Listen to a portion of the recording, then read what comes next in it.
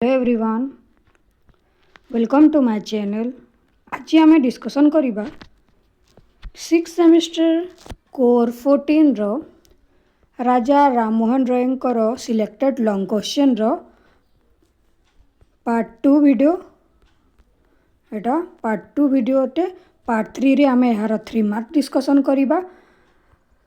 तापरे पार्ट 4 रे 2 mark discussion करिबा एवं पार्ट 5 रे सिलेक्टेड एमसीक्यू डिस्कसन करिबा। तेणु सांग माननकु वीडियो को शेयर करने को भूलिबे नहीं। प्रथम जो लॉन्ग क्वेश्चन आमे देखिथिले राजा राममोहन सोशल रिफॉर्म्स, से वीडियोटी तुम मैंने प्लेलिस्ट रे पाई जीवो। प्रथमे से वीडियोटी देखि नियो, जहा द्वारा कि ये वीडियो टिके टिके तुम मैंने बुझी पारिबो। तो आसंतु स्टार्ट करिबा इंट्रोडक्शन रु। क्वेश्चन टी प्रथमे देखि नियंतु, तापरे आमे जीवा इंट्रोडक्शन आडकू। सिलेक्टेड लॉन्ग क्वेश्चन पार्ट 2 रहेला discuss the Raja Rammohan Roy's ideas on rights. एटा गोटे इम्पोर्टेंट लॉन्ग क्वेश्चन रही। Introduction. Raja Rammohan Roy was an Indian religious, social and educational reformer who challenged traditional Hindu civilisation and pointed out the lines of progress for Indian civilization under British rule. तो राजा राममोहन रॉय कौन जड़े social reformer थिले क्योंठार इंडियार, जे कि जो हिंदू जो Orthodox जो राइट्स रिचुअल्स जो ट्रेडिशन थिला ताकू से चैलेंज करथिले एवं जो इंडियार जो सबू इविल सिस्टम माने थिला ता विरुद्ध रे से और लड़ाई करथिले। क्वेश्चन पाई इंपोर्टेंट रही। Is also describe as the maker of contemporary India, मन रखी था, and the father of contemporary India. Roy was the first to create awareness for civil rights, मन रखी था। सिविल राइट्स संपर्क में प्रथमे किए अवेयरनेस करथिले, कौन अवेयरनेस जो करथिले किए? राजा राममोहन रॉय। कहा मध्य? इंडियंस मानक मध्य। He was grateful to the Britishers because he made accessible to Indians all those civil rights which were enjoyable by the Queen's subjects in England. England रो जो प्रजा माने थिले, प्रजा माने जो परि भावरे जो सिविल राइट्स गुडी को एंजॉय करूतिले से परि भावरे ब्रिटिशर्स माने मध्य कोन इंडिया रे ए सबु कोन ए जो सिविल राइट्स को इंडिया रे मध्य आनिबा को चाहुतिले। He was more emphasis on rights in order to right to life. से कौन राजा राममोहन राय अधिकार उपरे अधिक फोकस करथिले, जेमिति कि right to life, liberty, property and the freedom of opinion and expression. एटा मन रखी था सब। He was the first who talk about women equality, मन रखी था। वुमेन मानकर समानता, सोसाइटी समानता पाई से कहिथिले। That's why he was called first feminist, मन रख। Was the India's first feminist Raja Rammohan Roy. So let discuss Raja Rammohan Roy जो राइट्स व्यू गुड़िक आम कौन कौन राइट्स विषय से कहते देखा। Right to life, liberty and property, मन रख। एटा Raja Rammohan Roy said that natural rights are essential for human being. तुम्हें माने जो 5th सेमिस्टर रे देखि थिबो ह्यूमन राइट्स विषय रे किंबा जो नेचुरल राइट्स तुम्हें माने जो कौन ये सब विषय तुम मैंने देखी 5th सेमिस्टर जो वेस्टर्न थॉट रे ह्यूमन बीइंग कर जो नेचुरल राइट्स गुड़िक रही से सब कौन अटे? इसेंशियल अटे मनुष्य मानक पई। No one should interfere in human natural rights, केही मध्य मनुष्यर प्राकृतिक अधिकार इंटरफेयर करि परिबो नाही। He said, who said? Raja Rammohan Roy said that state should make laws for social reform and educational reconstruction, individual liberty and national independence, each same according to Raja Rammohan Roy. Raja Rammohan Roy कहते जो स्टेट कौन लॉ गुड़िक तैयारी करिवो कहा पई? सोशल रिफॉर्म आनिबा पई एवं एजुकेशनल रिकंस्ट्रक्शन पई। Individual liberty and national independence each same according to Raja Rammohan Roy. जो मनुष्यर जो लिबर्टी कहले कौन? स्वतंत्रता एवं तार नेशनल इंडिपेंडेंस समान बोली थारे राजा राममोहन राय कहते। He indirectly talk about freedom and democracy. He said when a country ruled by dictatorship then its people never enjoy their rights and liberty. कहते जे जेते बेले राष्ट्र रे डिक्टेटरशिप बा एकछत्रवाद चलिबो सेतेबेले कौन से प्रजा माने तांकर अधिकार एवं स्वतंत्रता को उपभोग करिपारिबे नहीं बोली राजा राममोहन राय कहते। He celebrated the establishment of constitutional government in Spain and Portugal. से कौन सेलिब्रेट करथिले जो कॉन्स्टिट्यूशनल गवर्नमेंट इस्टाब्लिश होइतला केउटारे पोर्तुगाल एवं स्पेन रे। He demand for the governance reforms. He wanted to start jury system in India. से मध्य इंडिया रे ज्यूरी सिस्टम स्टार्ट करबा पई कहिथिले। तो यहाँ तुम देख लो से किपर भाव में राइट टू लाइफ लिबर्टी और प्रॉपर्टी विषय रे कहते। बेसिस से फोकस कर राइट टू लिबर्टी ऊपर बेसिस से फोकस कर। आउ गोटे से अधिकार विषय रे अधिक अवेयरनेस कहते कि से अधिक व्यू तांकर पॉइंट थिला कहा सपोर्ट रे right to freedom of expression and opinion. कौन right to freedom of expression जो एक्सप्रेशन ओडिया एवं ओपिनियन ओडिया तुम मैंने जानी यहाँ आने जो फ्रीडम या विरुद्ध यार अधिकार को मध्य से सपोर्ट करते। फ्रीडम ऑफ प्रेस तुम मैंने निजर एक्सप्रेशन ओपिनियन कहा माध्यम आमे दे पारियो कहा माध्यम रे फ्रीडम ऑफ प्रेस माध्यम रे। प्रेस कहले कौन न्यूज पेपर है टीवी जो जर्नाल है एपरी भाव में। ही वाज ए जर्नालिस्ट मन रखी था। Raja Rammohan Roy was a journalist. He started to spread his revolutionary thought through कहा द्वारा मैगजीन द्वारा।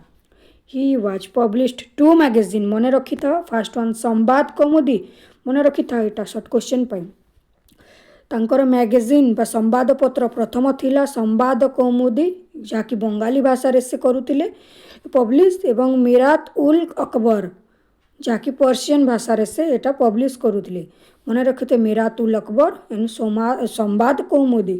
ही was also known as the father of Indian nationalist journalism in India. ये सबू मन रखु था। He was awake all Indians by his magazine, but British government banned the publication of newspaper in 1823 रे। ए सब तांकर न्यूज बा मैगजीन को बैन करी देथिले। So Roy is his collects Dwarkanath Tagore मन रखी था। रवींद्रनाथ टागोर बापांकर नाम थिला द्वारकानाथ टागोर जी कि राजा राममोहन रायंकर जड़े कलिग्स थिले। Submitted a petition to privy council but the appeal to met rejection. जो बैन करा जाइथिला मैगजीन गुड़ा को ताहाकु आउ थे आनिबा पई बैन न करिबा पई द्वारकानाथ टागोर एवं राजा राममोहन राय पेटिशन देइथिले कोर्ट रे किंतु यह ब्रिटिश गवर्नमेंट द्वारा रिजेक्ट करा जाइथिला। During that time Indian people remained against the act but in 1835 रे कौन है 1835 मन रखी था। Governor general Metcalfe repealed the obnoxious 1823 रे। ए पेटी तो कौन है 1823 रे जो बैन करा जाइथिला न्यूज़पेपर को पुणी थले पब्लिश करबा पई तांको अनुमति दिया गला। Ordination which was named liberation of independence. तापरे से आउ कहूथिले तांकर आ गोटे राइट्स तांकर थिला कौन unity of humanity and universal religion. तांकर व्यू पॉइंट आ गोटे जो राइट्स रही सेटा होची मनुष्य मानक मध्य एकता सबु मनुष्य समान एवं सबु रिलीजन समान। यही तांकर आ गोटे कौन राइट थिला। The concept of humanism and universal religion was given by Raja Rammohan Roy. Universal religion mean कौन तुम मैंने जानथिबो सार्वभौम जो धर्मर अर्थ होची कौन वसुधैव कुटुंबकम। वसुधैव कुटुंबकम जो पृथ्वीर सबू लोक होउचंती गोटिए परिवार according to Raja Rammohan Roy. The biggest religion of human the biggest religion होची कौन मनुष्यता मानवता होची सबुठारु बड़ धर्म। Is that when he has cooperative thought, harmony, tolerance and fraternity. Establishment of a universal religion. He oppressed idolatry system. तापरे कौन करथिले कौन कौन अपोस्ट करथिले मोनोथिज्म। मोनोथिज्म कहले कौन गोटिए भगवान को पूजा करबा को से गोटिए भगवान को से पूजा करबा को कहूथिले एवं जो आइडोलेट्री कहले कौन जो मूर्ति पूजा को से अपोस्ट करथिले। Roy believed in one universal God मन रखी था। वन यूनिवर्सल गॉड बा पृथ्वीर यूनिवर्स रे केवल गोटे गॉड रही बोली से कहते which he thought was the fundamental message of Vedanta women's right विषय आम देखा तापर तांकर आउ कौन कौन राइट्स रही से वुमेन मानकर राइट विषय से कहते he was biggest supporter of women's rights he said in that time sati system and other evil practices was occur because the society was patriarchy कहले कौन पुरुष प्रधान जो समाज थिला तेणु जो सती सिस्टम जो इविल अदर इविल प्रैक्टिसेस गुड़िक थिला से समय हेउथिला एवं वुमेन मानकर स्टेटस लो थिला he was strongly argued for women proprietary rights कहले कौन निज बापा ठारे मध्य तांकर संपत्तिर अधिकार रही he tried to proved that the daughter has a share of 1/4 of the property given to son आ गोटे राइट विषय से कहते educational right he was a supporter of educational right he said education right should have everyone in a society समस्त पाखरे शिक्षा ग्रहण करिवार अधिकार रहिबा उचित so he establish Anglo Hindu school in 1822 मन रखी था शॉर्ट क्वेश्चन पर एटा दिखाई सर्कल आंग्लो हिंदू इंडियन नुहे Hindu Anglo Hindu school in 1822 and Vedanta college in 1826 मन रख 1826 रे जो वेदांत कॉलेज इस्टाब्लिश करथिले ता इंपोर्टेंट गोटे Raja Rammohan Roy strongly advocate for female education and recognizing its importance in achieving gender equality and social progress पाई जेंडर इक्वालिटी पाई कौन इंपोर्टेंस शिक्षार इंपोर्टेंस रही बोली कही Raja Rammohan he argue that educating women would lead to the overall development of society as educated women could contribute to family and community welfare. Conclusion देखिबा राजा राममोहन राय was a prophet of universalism, a keen and ardent champion of liberty in all its phases and a political agitator for the freedom of press and rights to tenants. He has been called the father of modern India.